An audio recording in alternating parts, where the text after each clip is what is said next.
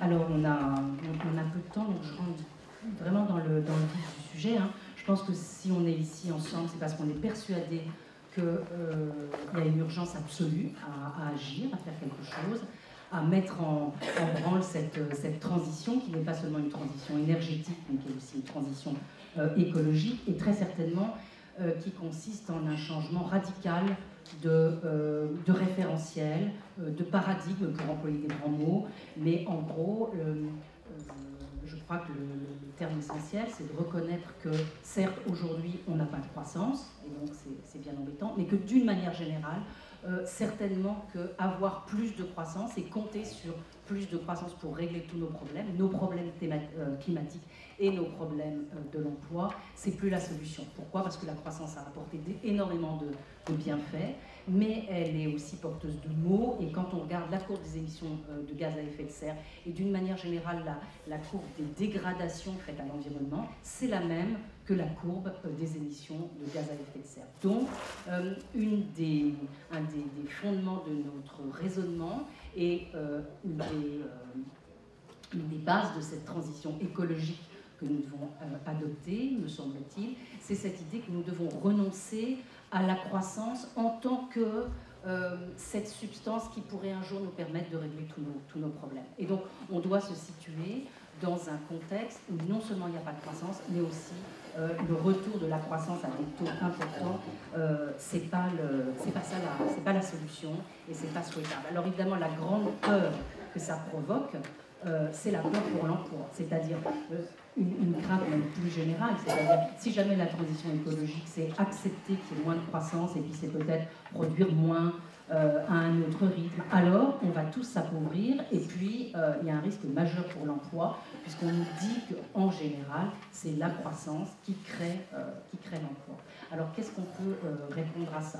Il me semble que la grande réponse consiste à dire que non seulement on est obligé de passer à cette transition écologique, mais que peut-être aussi c'est une opportunité.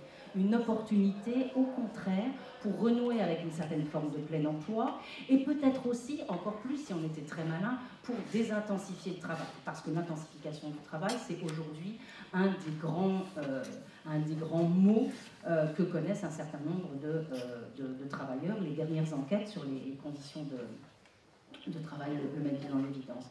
Alors, qu'est-ce que ça veut dire? Comment pourrait-on renouer avec le plein emploi?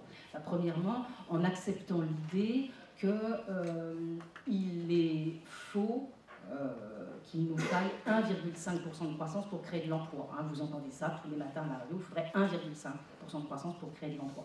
Première réponse, on peut créer de l'emploi sans croissance, par exemple, si on redistribue l'emploi, si on redistribue, si on repartage autrement le travail.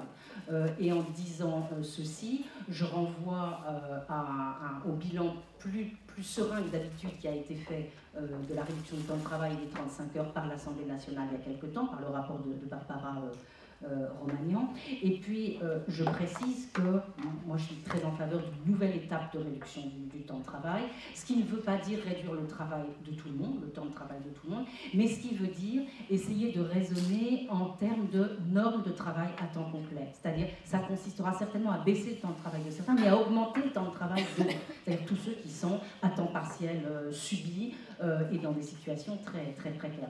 Donc, essayez plutôt de raisonner sur la norme de travail à temps complet, plutôt que raisonner en individuel. J'oppose très vite deux exemples, l'exemple allemand et l'exemple français. En Allemagne, on nous dit que les Allemands travaillent plus que nous, c'est totalement faux. Si vous acceptez de prendre en considération les temps partiels et que vous faites la somme des temps complets et des temps partiels, nous travaillons plus que les Allemands, mais qu'est-ce qui se passe? C'est que là-bas, leurs temps complets sont plus longs, mais leurs temps partiels sont beaucoup plus nombreux, beaucoup plus courts, et comme par hasard réservés aux femmes. Donc, est-ce qu'on veut une société où on a plein de petits emplois dégoûtants réservés aux femmes, ou est-ce qu'on veut une société où on a une norme, la même pour tout le monde, d'une certaine manière, une norme correcte avec un travail qui permette de rémunérer les personnes? Moi, il me semble qu'aujourd'hui, on est dans une telle situation en matière de chômage, avec un chômage de longue durée absolument monstrueux, hein, parce que 43% des chômeurs sont des chômeurs de longue durée, qu'on a absolument besoin de recourir à ce moyen très rapide, la réduction du temps de travail, le repartage du volume de travail existant pour garantir notre cohésion sociale. Deuxième point, la reconversion écologique, normalement, si elle est bien faite, elle devrait entraîner des créations d'emplois. On a quelques travaux qui ont été faits soit au niveau international, rapport de l'OIT en 2008, soit au niveau national, travaux de Philippe Quirion, travaux de l'ADEME, travaux autour du scénario de Négawatt, qui nous disent que d'ici 2020-2030, si on met en œuvre la reconversion écologique, c'est-à-dire qu'on diminue certes l'emploi dans les secteurs très émetteurs de gaz à effet de serre, mais qu'on augmente l'emploi dans d'autres secteurs plus intensifs en main-d'œuvre, les énergies renouvelables, l'agroécologie, les transports en commun, la rénovation thermique, alors le solde d'emploi devrait être positif.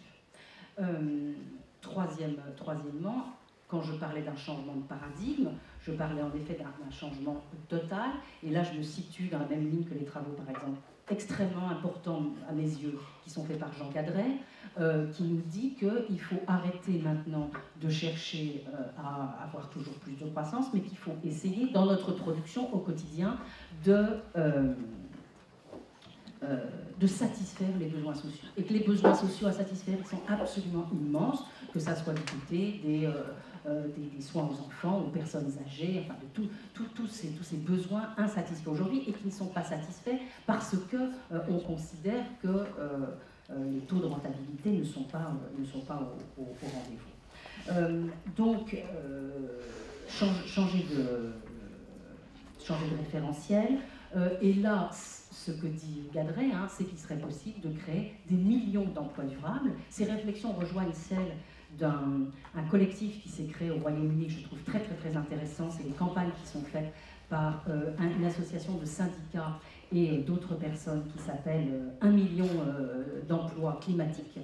Eux, ils proposent de mettre en place, sur le modèle du service national de santé, un service national de l'emploi climatique avec des personnes payées par le gouvernement pour aller faire directement la rénovation thermique, faire un certain nombre de travaux absolument nécessaires. Ce que je trouve intéressant là-dedans, c'est que ce service national du climat, il est censé accueillir toutes les personnes qui perdront leur emploi du fait de la reconversion écologique, et donc ça sera ce service qui s'occupera de les reconvertir en quelque sorte pour leur permettre de démarrer tous les travaux qui doivent être faits, transport en commun, rénovation thermique, qui doivent être faits pour s'engager dans la reconversion écologique. Alors, une fois qu'on a dit ça, évidemment, ça paraît déjà un petit peu utopique. J'en rajoute encore une louche, là encore en continuant la réflexion de Gadret, qui nous dit qu'il faut arrêter de poursuivre des gains de productivité, il faut qu'on rompe avec le productivisme qui caractérise nos sociétés depuis 2 siècles, rompre avec cette croyance des économistes que le cœur de tout progrès, c'est le gain de productivité. Non, nous dit Gadret, au contraire, il faut maintenant faire des gains de qualité et de durabilité. Or, nous ne disposons pas aujourd'hui des instruments de mesure pour les faire apparaître, ces gains de qualité et de durabilité. Le PIB ne fait pas apparaître ça. Le PIB, c'est un instrument grossier qui focalise l'attention sur les quantités et les volumes et pas du tout sur la qualité des produits. Donc, il nous faut nous doter d'autres instruments pour guider nos actions. Si j'ai encore 1 minute. Alors, comment ça paraît très gentil tout ça, très bien, mais comment on finance, comment on fait Alors, évidemment, le financement, c'est une question tout à fait majeure, mais aussi les règles qu'il faut mettre en place pour faire tout ça. Parce qu'on voit bien que une des raisons pour lesquelles on ne s'engage pas dans ces transitions, c'est qu'il y a une multitude de pays sur notre jolie planète et qu'on est en compétition totale et que si l'un commence à bien se comporter, les autres vont lui tailler des paupières. Donc il faut absolument se doter de règles internationales, sans doute donner beaucoup plus de pouvoir à l'Organisation internationale du travail ou à une autre organisation pour éviter à tout prix le dumping social et pour éviter aussi bien sûr le dumping environnemental. Donc des règles internationales sont absolument nécessaires, de même des règles qui régiraient nos rapports commerciaux. L'association ATTAC avec d'autres a proposé un mandat commercial alternatif européen que je trouve très très très intéressant et qui m'a énormément rappelé les propositions de Beveridge en 1944. Beveridge, c'est un grand monsieur britannique qui avait déjà fait au début du XXe siècle un rapport sur le chômage, mais qui fait en 1942 un rapport sur la sécurité sociale, et en 1944 un très beau rapport qui s'appelle Full Employment in a Free Society, le plein emploi dans une société libre. Il dit que le plein emploi, c'est le cœur de la démocratie, c'est la condition absolue de la démocratie. Et pour ça, il dit qu'il faut qu'on accepte de se doter d'un certain nombre de règles, et notamment, il faut contrôler la localisation des entreprises, et surtout, il faut contrôler nos échanges commerciaux. Et donc, je pense que, voilà, il faut qu'on remette des règles dans nos échanges commerciaux, ne plus accepter de commercer avec n'importe qui, mettre des taxes quand ce sera nécessaire. Et d'une manière générale, ça sera ma conclusion. Ce que nous proposait Beveridge en 1944, c'était pour sortir de la guerre. Il pensait un monde meilleur pour après, donc pour quand on serait sorti de la guerre. Et moi, il me semble justement qu'aujourd'hui, on a une guerre à mener contre la menace climatique. Et que pour mener cette guerre, il faut qu'on utilise les mêmes instruments que ceux que nous proposait Beveridge, c'est-à-dire des mécanismes de sécurisation et de solidarité puissants entre les personnes, une planification extrêmement forte dirigée par l'État avec, c'est Beveridge qui proposait un service national de santé et un service national de l'emploi. Eh bien, ça rappelle tout à fait, et c'est pas du tout anodin, cette campagne de 1 million d'emplois climatiques, un service national climatique, donc un rôle essentiel de planification, de coordination pour mener cette guerre climatique. Merci.